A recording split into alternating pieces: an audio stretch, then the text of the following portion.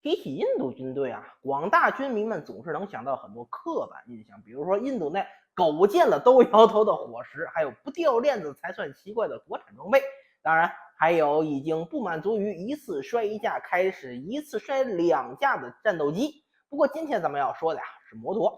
没错，就是印度手里那个一辆车能拉上一个步兵班的神器。现在印军已经不满足于只把摩托车当作阅兵结束后表演游行时候的道具了。他们认为如此炉火纯青的摩托车技巧，要是不放在实战中应用一下，这对不起苦练出来的一身本领啊！于是，印度国防部日前通过快速通道程序，紧急采购了2748辆印度国产的山地摩托车，并配套采购了大量配件。显而易见，印度这次不是玩虚的，而是真的要把这批山地摩托投入长期使用，要不然也不会这么着急走加急采购渠道，外加买一大堆配件。其实印度在这个节骨眼上买这么多的山地摩托，背后有什么打算，也是可以稍加分析的。这冬天眼看就要完事了，道路积雪也要化了，这个天晴了，雨停了，印度人觉得自己又醒了。哼，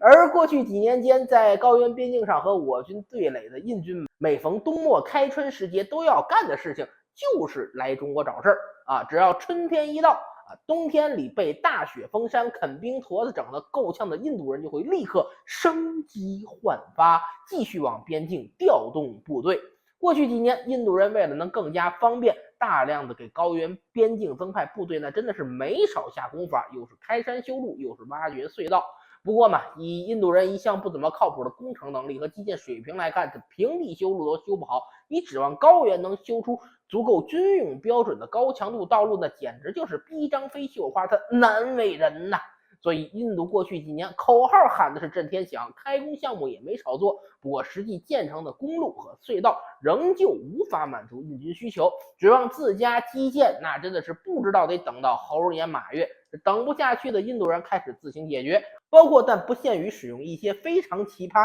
看上去很不靠谱的办法。就比如这次采购的3000辆山地摩托车啊，表面上来看，印军的想法是好的嘛。山地摩托基本上不需要铺装路面，哪怕是高低起伏、石块遍布的越野路，它也能跑。有了这3000辆摩托车，再加上印度人享誉世界的摩托车特技水准，不说是重型武器装备吧，最起码能把背着枪的轻装山地步兵送上高原。2748辆山地摩托咱不多算呐，这个就是三哥功力收着点啊，一次只拉3个人，这一趟下来也是8000多个人，这直接就把半个师送过去了。同时还基本不用走铺装路面啊，有限的公路和隧道就可以让印度陆军的重型装备和运兵卡车通行，极大的增强了兵力投送能力，降低了投送成本。印度这算盘打的真的是啪啪直响啊！但是这些只是纸面上的理想情况，我们都知道，理想现实往往是存在一点差距的啊。到印度人这也一样啊，摩托车作用只能是把人送上来，但是印军高原边境上，他真正面对的从来就不是缺人的问题，而是后勤补给不堪重负，先前被大量增兵压上的部队给压垮的问题。现代战争相对来说更为复杂，而且比过去更为成体系。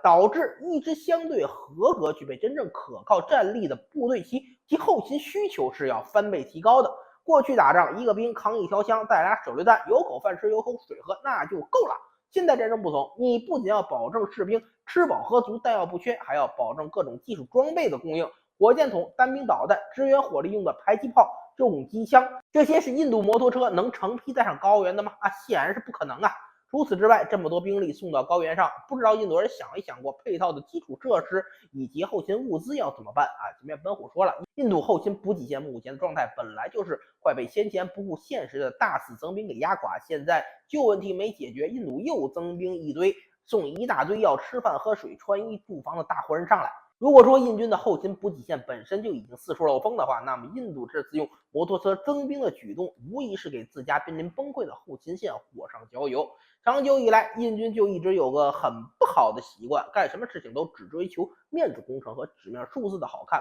不管你后勤扛得住扛不住，先把账面上的边境兵力堆到足够的数字再说。至于后面接踵而至的补给问题怎么解决，其实按印度人过去几年的实际表现来看，那真的是能拖就拖，外加解决不了就当没发生过。3年前，印军每逢大雪封山啊，在边境线上抱着冰硬的干粮啃冰坨。3年后的印军啊，依旧如此。印度高层不在乎士兵过得如何，因为逃避现实，只顾达成自己的纸面目标。但终归不是解决问题的办法。当问题被积攒到那里时，哪怕你逃避，这问题也只会逼着你强迫面对。就希望某些印度将军这脸色呀，